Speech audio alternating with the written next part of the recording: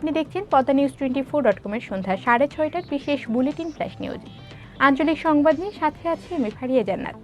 facebook.com/পদ্মা news 24 page follow করে আমাদের সাথেই থাকুন। জলবায়ু পরিবর্তনের ফলে সবচেয়ে বেশি ক্ষতিগ্রস্ত হচ্ছে উত্তরের জেলা কুড়িগ্রামের চিলমারি চরের কন্যা শিশুরা। কেননা প্রতি বছর বন্যা ও নদী ভাঙনের ফলে এখানকার মানুষ দারিদ্র্যসীমার তলানিতে নেমে গেছে। বাধ্য হয়ে তারা কন্যা শিশুদের স্কুলে পাঠানোর পরিবর্তে বিয়ে দিয়ে দিচ্ছেন। ফলে এখানকার কন্যা শিশুরা সব সময় ভোগেন বিয়ে আতঙ্কে। বিস্তারিত দেখুন রেজিনা সুলতানার বিশেষ প্রতিবেদনে।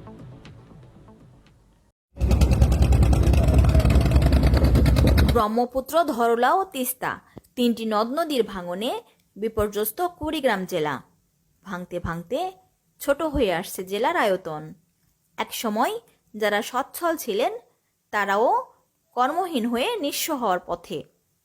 চিলমারি উপজেলার অষ্টমীর চরেও নদী ভাঙনে গৃহহীন হয়েছে বহু পরিবার। আর্থিক অনিশ্চয়তার মুখে বেড়েছে মেয়েদের স্কুল থেকে ঝরে পড়ার প্রবণতা।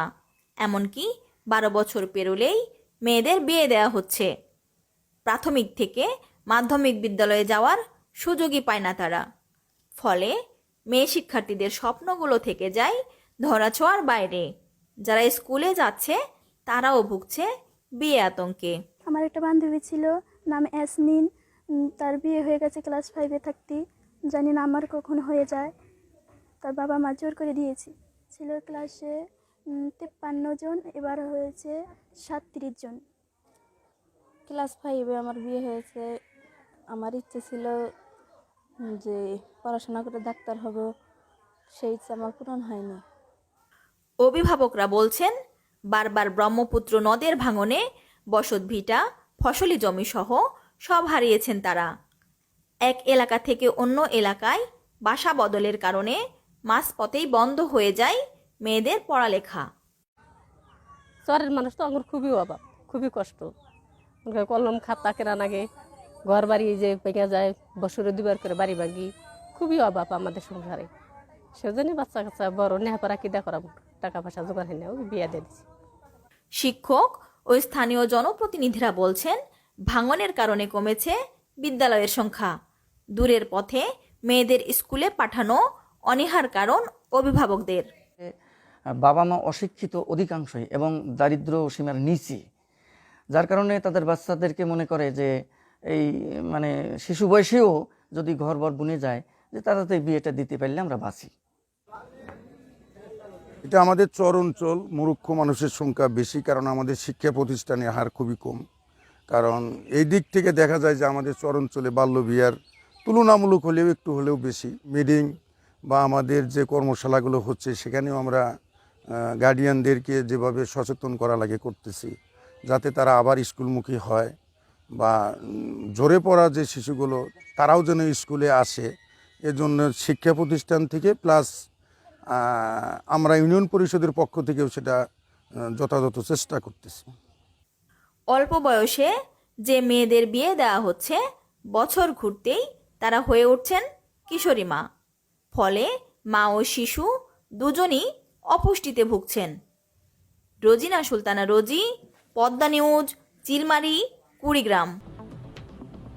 আগামী 29 মে তৃতীয় নরসিংদী রায়পুরা উপজেলা পরিষদের নির্বাচন স্থগিত করেছে নির্বাচন কমিশন।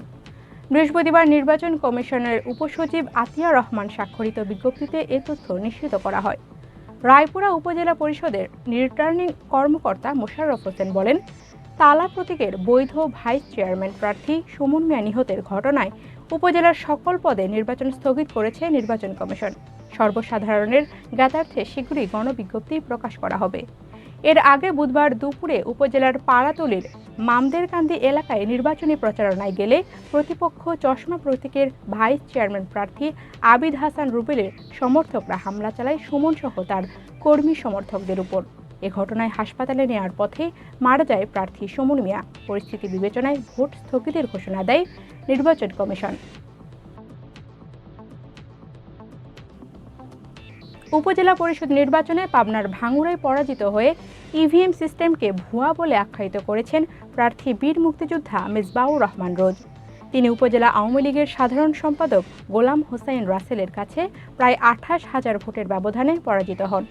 ফলাফল ঘোষণার পর রোজ মিসবাহুর রহমান নামে ফেসবুক আইডিতে ঘোড়া প্রতীকের ওই প্রার্থী রাত 9:15টায় স্ট্যাটাস দেন। লেখেন, আগামী তৃতীয় ও চতুর্থ ধাপের প্রার্থীদের প্রতি অনুরোধ, ইভিএম ভুয়া, সংশ্লিষ্ট সরকারি কর্মকর্তা, পদ্ধতি ও ক্ষমতাশালীদের প্রতি দৃষ্টি রাখতে অনুরোধ করেন। তার এই স্ট্যাটাস দেওয়ার পরপর রাজনৈতিক অঙ্গন সহ নানা শ্রেণী ও মহলে দেখা দেয় মিশ্র প্রতিক্রিয়া, ওঠে সমালোচনার ঝড়। আওয়ামী লীগের সক্রিয় পদধারী নেতা সরকারের উদ্যোগের বিরোধিতা করায় দলীয় নেতাকর্মীদের পাশাপাশি সুশীল সমাজের প্রতিনিধিরা ঘটনা তদন্ত করে প্রয়োজনীয় পদক্ষেপ গ্রহণের দাবি জানিয়েছেন।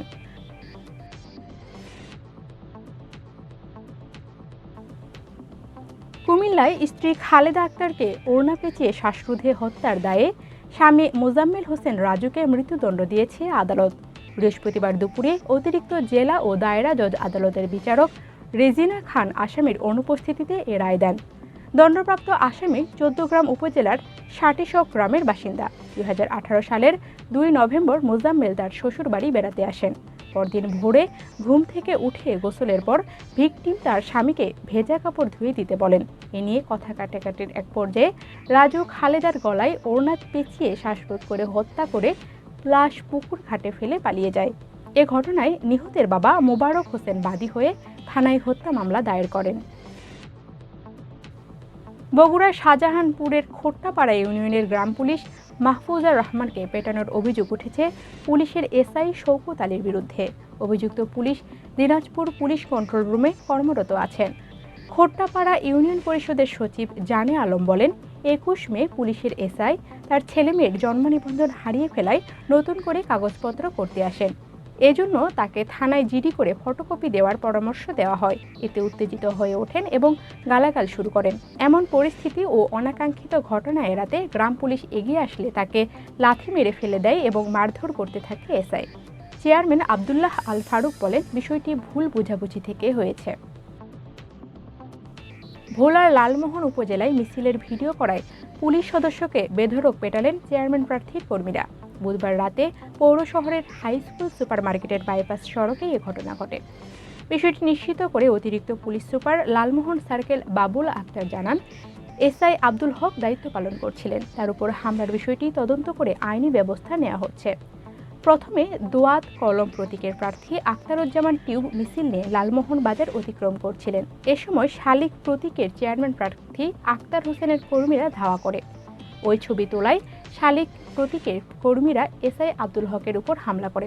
আত্মরক্ষার্থে আব্দুল হক একটি দোকানে আশ্রয় নেন। সেখানে গিয়েও হামলা করে তারা। তাকে লাঞ্ছিত করার ভিডিও মুহূর্তে সামাজিক যোগাযোগ মাধ্যমে ভাইরাল হতে থাকে। গুরুত্বপূর্ণ সব সংবাদ জানতে পদ্মানিউজ24.com এর বিশেষ বুলেটিন ফ্ল্যাশ নিউজ দেখবেন প্রতিদিন সন্ধ্যা 6:30টায়, রাত 8:30 ও রাত 10:30টায়। ফ্ল্যাশ নিউজ দেখতে ফেসবুকে আমাদের ফলো করুন facebook.com/পদ্মানিউজ24 আর ইউটিউবে সাবস্ক্রাইব করুন youtube.com/@পদ্মানিউজ24 চ্যানেলটি। নিয়মিত দেশ বিদেশের আপডেট সব সংবাদ জানতে ভিজিট করুন মাল্টিমিডিয়া নিউজ পোর্টাল পদ্মানিউজ24.com। পরবর্তী ফ্ল্যাশ নিউজ দেখার আমন্ত্রণ জানিয়ে বিদায় নিচ্ছি আমি ফারিয়া জান্নাত। ভালো থাকুন, সুস্থ থাকুন।